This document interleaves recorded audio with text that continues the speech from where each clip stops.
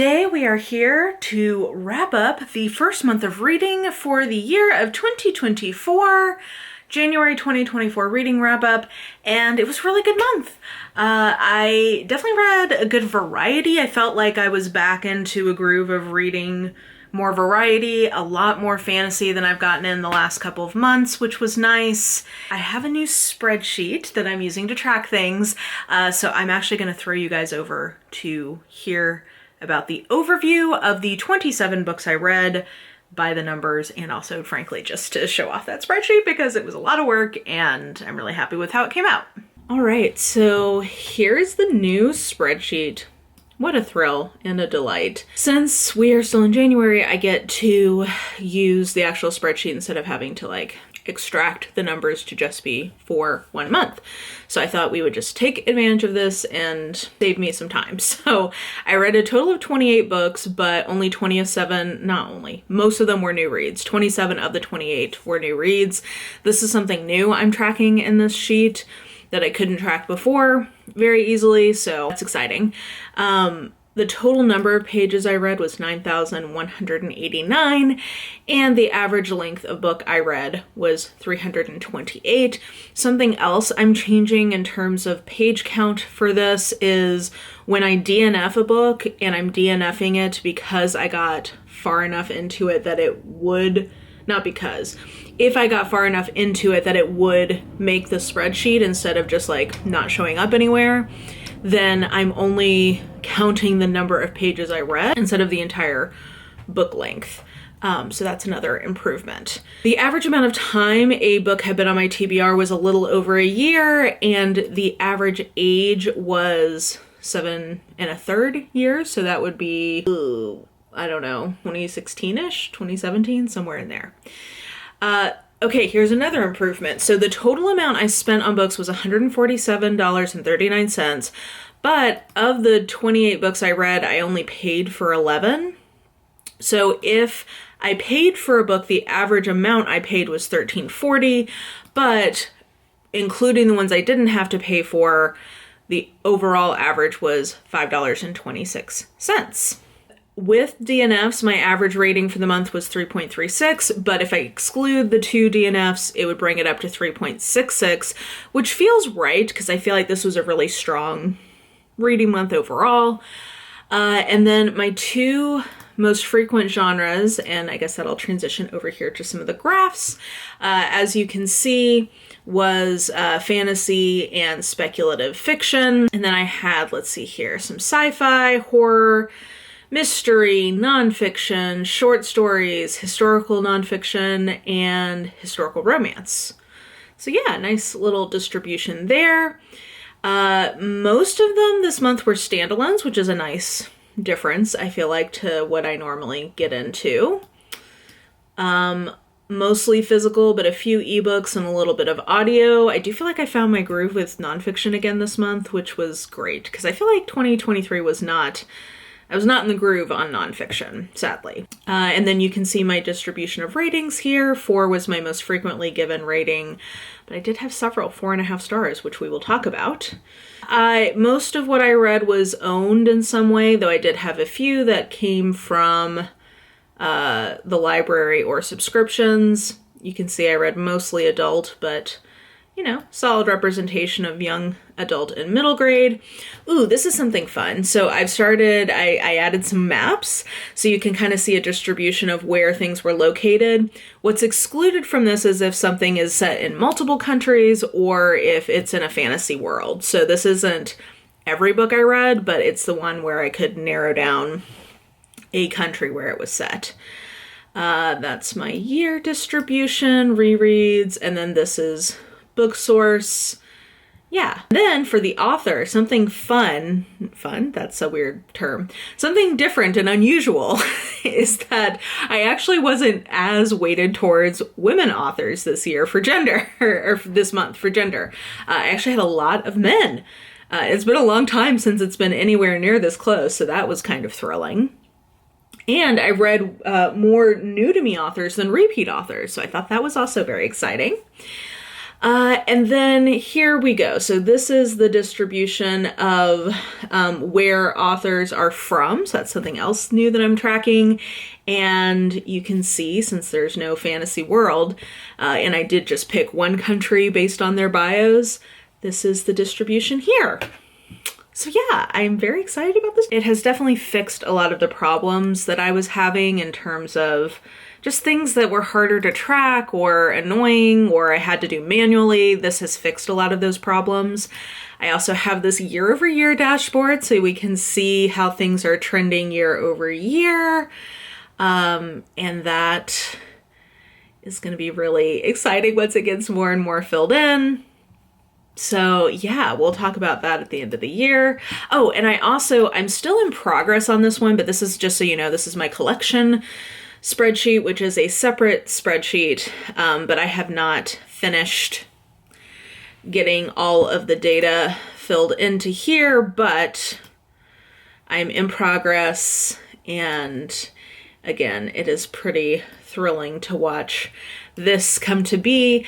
A sneak preview this month, as a part of this collection spreadsheet filling in, I identified even more ebooks that I officially decided I could take off of my TBR. So I'm actually down 18 books so far for the year from my TBR, which is great. Even though I did bring in 30 books. I bring in so many new books at the beginning of the year because I'm watching everybody's best of the year videos and getting influenced. So those are all of the stats. And this is my new spreadsheet, which is so thrilling. And I will say, big inspiration to Allie from the Hardback Quarter. She has a version of this that she sells. I just took inspiration and did it myself. But if you don't want to have to spend all the time to do this, or like you want an even better version, because hers has a lot more like automation and different things, you can definitely go check out the one that she is selling. So I'll try to remember to link that. Okay, so those are kind of the stats. Getting into challenges and projects, well, first of all, here is all of the books that I read, most of which were for either a vlog or a buddy read or a challenge or a project. I was doing a lot reading for a purpose, though within the context of that, I also have some long-term mood reading projects. So it is a lot of challenge things, but I think it ended up feeling balanced.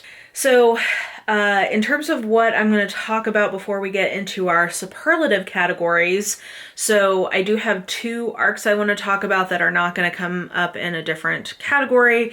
One is To Woo and to Wed by Martha Waters. This is the finale in a historical romance series she has had going for the last couple of years. And I'm sad to see it go because I've really enjoyed it. It has been filling somewhat the Tessa Dare shaped hole in my heart for historical romance, though, I mean, Tessa Dare is a queen, so nothing can fully replace it, but it scratches that same kind of itch in terms of its tone and the kinds of, banter that it has and conflict, etc. This one is a second chance romance and a fake dating or a fake engagement trope. We have been waiting for this couple to get together for the whole of the series, so it's fun to see them, making things work again. I will say it has a dual timeline. You guys know I do not like a dual timeline, so that really knocked it down a little bit for me. I ended up giving it 3.5 stars though, because I still really enjoyed it. I liked the banter, and just the overall dynamics between people. It was great. So I really had a good time reading it. For my taste, it was a little too angsty, and the dual timeline really took some of the momentum out of it. So, worthy ending, and I will definitely look for more from this author going forward. The other one was The Tainted Cup by Robert Jackson Bennett, which I really enjoyed. So this is a murder mystery set in ye fantasy world. It's a really interesting kind of tone to the book, or sort of emphasis in the book, because usually, or oftentimes in these kind of speculative mysteries, they are set up so that the speculative setting is a little bit tertiary. So there's often not some sort of big external stakes happening in the world. the high stakes really are just the murder mystery, and it happens to be in this fantastical setting, so, you know, different possibilities arise in terms of like how someone can be killed or why, or the type of, you know, being they are. So that's more of a typical route. This one is interesting because in this world, there are these leviathans that threaten these walls that the civilization has built up. So there's like some imminent threats happening to the world that are very high stakes and could very well be their own book. But that's not where the focus of the book is. The focus is on this murder mystery and what ends up being kind of a series of deaths. So I just think in terms of the framing of the world, I haven't seen that approach very often, and I thought that was really smart and definitely added a layer of interest that I appreciated. So our main character is sort of the Watson, and he's been assigned or chosen to assist this sort of person in the army who she is like a master detective, very Sherlockian. She always has a blindfold over her eyes because otherwise her senses are too overwhelmed by everything she's perceiving.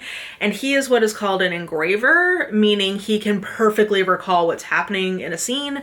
So he does that and then comes back and like tells her about it. The first thing they get called in for is that this dude has this alteration, this graft that someone has given him where a tree grew out of him and killed him. So there is, I will say, for my fellow fungal phobes, there's a lot of spore talk in this that I had to kind of skim a little bit because it was, but yeah, so things progress from there. I think plot-wise and setting-wise, great, 5 stars. So good. I thought that the mystery was actually satisfying, which is not always the case in these speculative mysteries. For me, I just am a little over the trope of a Sherlock Watson dynamic. I felt like that character dynamic was a little bit flat. Yeah, I just, it didn't quite work for me. So I'm not like as invested in the characters as I would want to be for this to be, you know, a 4.5 or a 5 star. So for me, and I've noticed that I've read one other book from Robert Jackson Bennett, and I also found that to be the case there. So I wonder if there's just something about his balance of elements where I don't feel usually as connected to the characters as I want to. I don't know, but your mileage will definitely vary there, and I would highly recommend this. If you are like me and you're somebody who loves a murder mystery, you also love a fantasy setting, I think that this is the rare book that will please both sides of those pretty well. So yeah, I really enjoyed it and would definitely recommend it. I believe it's coming out in February, so it should be out pretty soon. Yeah, so I think that's everything. Yeah, because we're going to talk about my superlatives. Okay, so let's go ahead and move into those. So first of all, I'm going to give most disappointing sequel, and I'm kind of low-key a little nervous to talk about this, guys, because I feel like I am alone in this opinion. Most disappointing sequel, Jade War by Fonda Lee. I know, I'm sorry, I know. Okay, how to even talk about this? Like legit a little sweaty thinking about how to talk about this. I gave this 3 stars. I didn't hate it. I actually really liked the plot, and I actually really liked the characters, what's happening with them, etc. I don't know if this was present in the first book and I just didn't notice it, or if it is a new thing in this book. I noticed something about the writing in this that I could not unsee. And I actually do think it's new because of the type of plot this is versus the first one. I'm trying not to, I don't want to tell people because I don't want to ruin it for them if that is something that would also bother you. But once I saw it, I could not unsee it, and I found it so distracting in this book. So I'm just gonna, so we'll just leave that there for now. You'll be hearing more about the series in a vlog. So I'll leave that there for now. I know I'm alone in this, but I didn't hate it. I gave it 3 stars. It was fine. The plot and the characters are great. The writing is driving me batty. And we'll just leave that there for now. Okay, moving swiftly onwards to something I loved. Something well loved that I also loved. So I gave this a 4.5 star, this book. It's a short story collection. And it's a 4-star collection that contains one of the best short stories I've ever read, so therefore it got a 4.5 star, and that is The Paper Menagerie by Ken Liu. The titular story is one of the best short stories I've ever read, so I'm giving this the award for best short story that I read this month, and that was The Paper Menagerie, because I also read a different collection, so I read a lot of short stories this month, and this was such a great, I mean, it is so beautiful and restrained and heartbreaking and interesting. It's a highly lauded short story for very good reason. Like, I'm not special or unique in thinking it's great. It got a bunch of awards, but The Paper Menagerie, that story, even if you're not going to read the whole collection, it is worth your time to seek out that particular story because I thought it was just a masterpiece. So, best short story goes to The Paper Menagerie in the collection, The Paper Menagerie.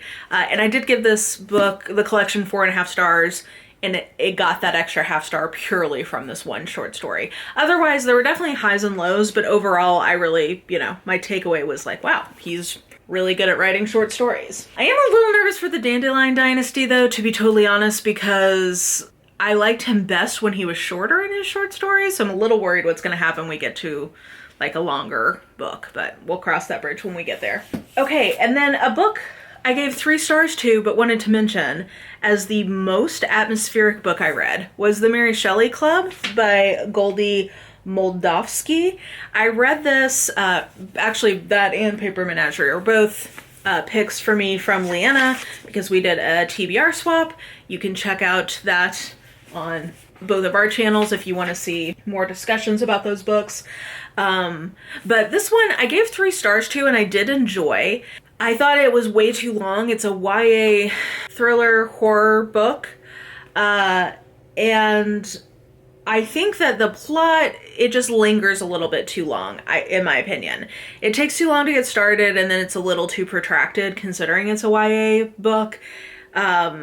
Yeah, I just think the pacing was off, but the writing was great, and this evoked the feeling of a 90s teen horror movie so well. It felt like The Craft meets Scream.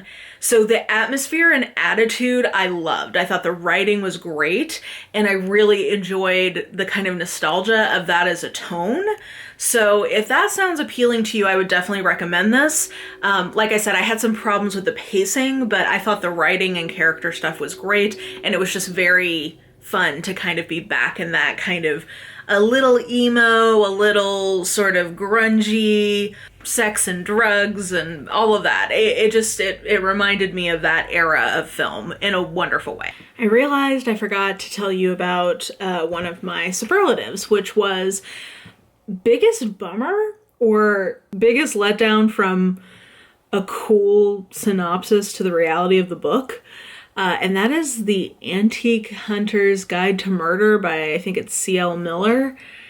Guys, this should have been a book I loved. It's a kind of an isolation trope. There's an antique dealer who gets murdered, and one of the people who is, one of his beneficiaries gets embroiled in this kind of like antique dark side of antiques thing. She goes to this event at this house to like snuff out the clues and also try to find like antique things. I don't know, whatever. Anyway, it's a lot of components I like. I'm a lifetime lover of the Antiques Roadshow, so I'm down for some antique storylines.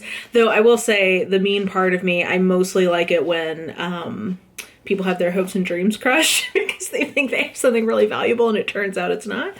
But I'm into the idea of antiques. My favorite Cat Who book was set at an antique, like a little row of antique shops. That was great. Yeah, I'm down for that. I like the isolation bit. It's supposed to be a murder mystery. It's just, the writing was so dull. Oh my gosh, like I could not, even if something interesting happened, the writing was so bland that I couldn't be arsed to care about it. I don't know. I feel kind of bad because I believe it's a debut, and I think that if you get on with the writing better than I did, you potentially could like this. Sorry, I'm trying to click through to my notes to make sure I'm remembering correctly, because it's also a little bit forgettable. Yeah. Okay, yeah. I found it odd and kind of clunky, which really took me out of the story, which made it less entertaining than it should have been. Exactly. Yeah. So for my taste, the pace and writing did not work and made it not like it took the enjoyment of what otherwise should have been very entertaining. It stripped that away. But possibly, if you get on with the writing better than I did, you might like this more. But this was a big bummer because this was one of my most anticipated books of the year, and I did not end up enjoying it much at all. So 2.5 stars. It's not like the worst thing I've ever read, but it was definitely a very big let down from my expectations. And then I would say book that just reminded me of how much, like how happy I was to be back in the world was The Midsummer Bride by Katie Wilde. I've got one more to read to catch up with that series, which is the Deadlands series. But this is a fantasy romance series that I love, and I just loved this book. It was so just wonderful for my tastes. It's a queen who is dying because of a curse her usurper uncle put on her. So she's in exile, but she has this prophecy from a witch that if she marries a barbarian, his axe can take down her uncle. So she knows she's going to die before she can get back to this country, but she's determined to find this guy and marry him so that he can free her people from this terrible dude. And meanwhile, he agrees to go along with it because he sees she's wearing this jewelry that was stolen from his land's goddess, and he's going to kill her and take the rings back. And then things ensue from there. So it has just enough external conflict, just enough kind of initial angst to keep things interesting, but it just gives me what I love in these books. I liked the plot and the world building and the characters and their banter and their chemistry was so great. Borderline 4.5 stars. Maybe I'll bump it up before the end of the year, but I just love this series so much, and I'm so excited that we got a couple of new entries, and that hopefully that means we'll continue to get more. Katie Wilde's a little inconsistent, so that's the drawback. She also writes under Mel Levine and Mel Jean Brooks, so if you know, you know.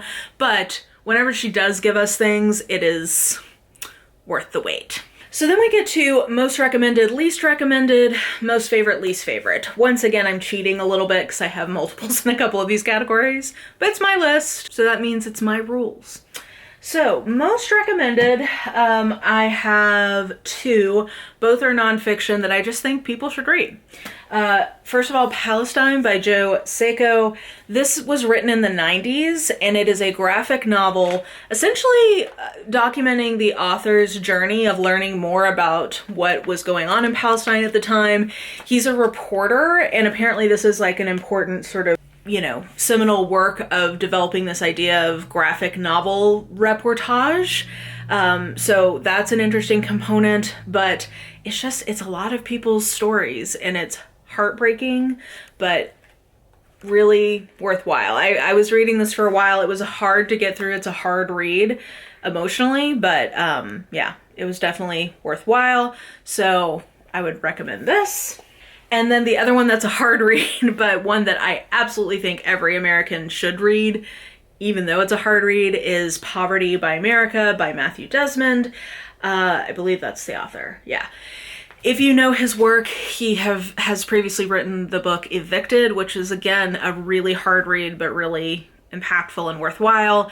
It's very depressing and very grim, but it does a really good job of laying out the how, why, who, what, when of the cycles of poverty in the US. And yeah, it came out last year. It's actually not that long, so it's hard to get through in the sense of the processing and emotions, but it's not super long, so it's a little more accessible in that way.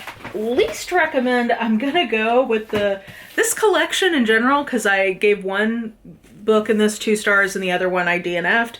So this is, my 2 Nora Roberts reads for the month. I'm going to do a Nora Roberts, Reading Roberts check-in, by the way, live once I hit 50%, which is soon, once I've gotten through half of her oeuvre. So look out for that. But I DNF'd Opposites Attract because it's like these 2 tennis people who are in competition. Both of these are second chance romances, which are a hard sell for me. And I couldn't get into the one with the tennis people.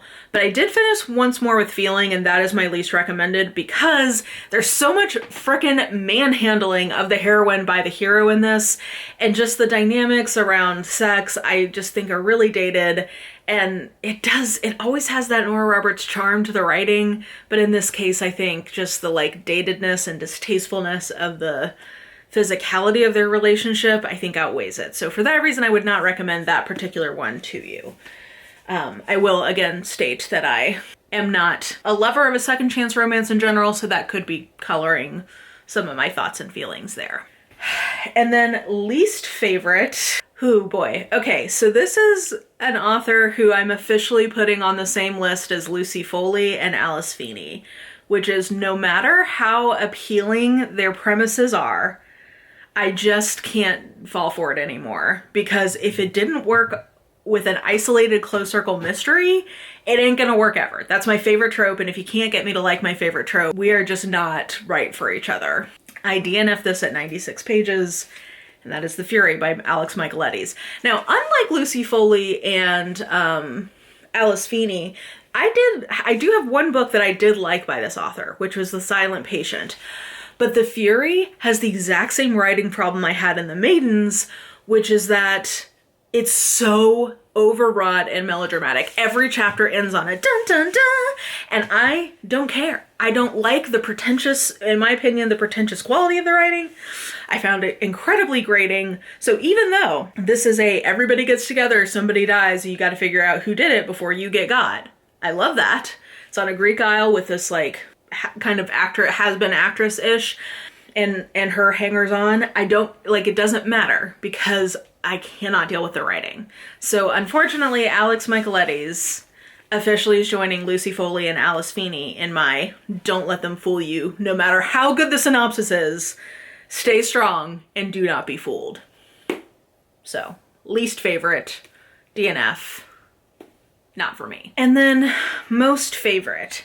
So I have a runner-up and a true. So my runner-up is Garlic and the Vampire by Brie Paulson. Like I mentioned, I picked up a ton of books this month based on people's best of the year lists, and I forget now whose I saw this on, but it was pitched as cozy, middle grade fantasy, graphic novel, and that is exactly what it is. It's so warm and lovely. It's so charming. I think the pictures are so, like the art style is so cute. I'm trying to find a good example of how frickin' adorable this little Garlic head is. She is just the cutest. Like, it's so cute. I will say so it's a bunch of sentient vegetables that this witch has brought to life. I don't want to tell you much about the plot because it's so short and you should just find out for yourself. But it's this little Garlic girl has been brought to life by this witch who has them all sell themselves at this farmer's market. Where's an example? Little tomato is selling humans tomatoes.